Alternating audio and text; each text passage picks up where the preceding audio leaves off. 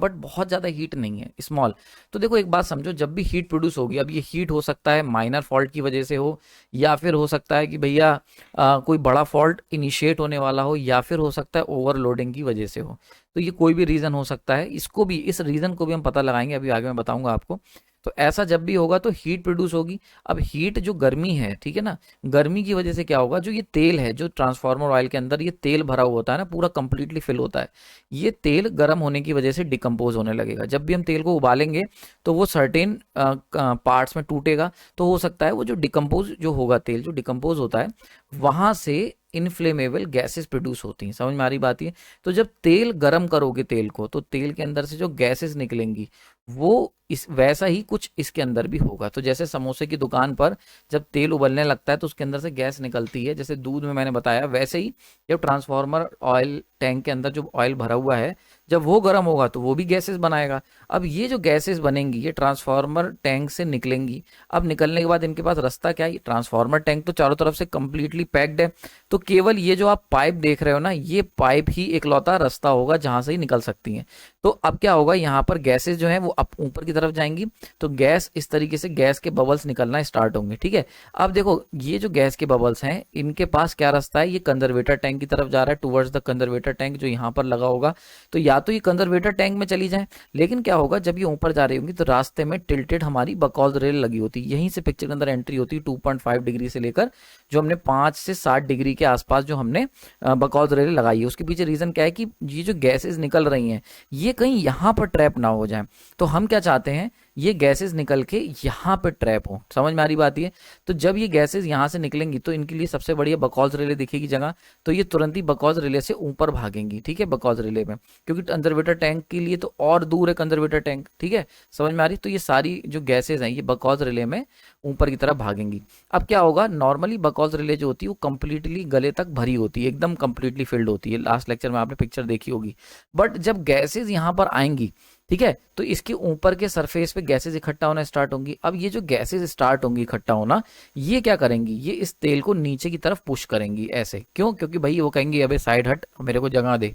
अब गैसेस जब होंगी तो गैसेस तो नीचे रह नहीं सकती, तो ये जो गैसेस यहाँ इकट्ठा होना स्टार्ट होंगी, जो येलो कलर के डॉट देख रहे हो, ये गैसेस, ये जो तेल भरा था इसको नीचे की तरफ पुश करेंगी। ये तेल जब इसके ऊपर प्रेशर पड़ेगा गैसेस का, तो ये तेल जो होगा ये कंजर्वेटर वाले पाइप में चढ़ना स्टार्ट हो जाएगा। समझ में आ रही बात? ये आगे जाके कंजर्वेटर का टैंक लगा हुआ है, तो ये तेल यहाँ से इसका लेवल डाउन होगा और तेल जो होगा वो कंजर्वेटर टैंक वाले पाइप में घुसने लग जाएगा। क्लियर हो रहा है? बात समझ में आ रही होगी।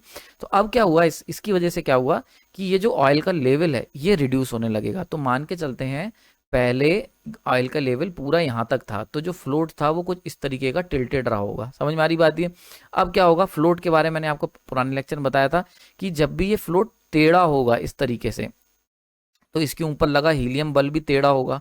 हीलियम बल्ब टेढ़ा होगा तो it will act as an half field. तो ऐसे में एक सर्किट ओपन और एक सर्किट इसके अंदर डूबा हुआ होगा, तो it will act as an open circuit, तो कोई दिक्कत नहीं है। बट जैसे ही अब क्या होगा, ये ऊपर की तरफ क्यों, बिकॉज ऑयल कंप्लीटली फिल है, तो ये इस तरीके से है। अब जैसे जैसे ऑयल का लेवल रिड्यूस होगा वैसे वैसे ये फ्लोट भी नीचे आने लग जाएगा, बिकॉज हमने सीखा है कि फ्लोट जो होता है वो वर्क करता है ऑयल के लेवल के बेसिस पे। तो मान के चलते हैं ऑयल का लेवल पहले यहाँ पर था तो फ्लोट टेढ़ा था और मरकरी का जो बल्ब था वो भी टेढ़ा था, ठीक है। अब क्या होगा, जैसे जैसे यहाँ गैस इकट्ठी होंगी वैसे वैसे गैस क्या करेगी, अपने को जगह लेने के लिए तेल को नीचे की तरफ पुश मारेगी और तेल जो होगा वो कंजर्वेटर टैंक में चढ़ने लगेगा। जो बकौल रिले का तेल है, तो बकौल रिले का तेल जब नीचे आने लगेगा तो ये लेवल भी नीचे आने लगेगा।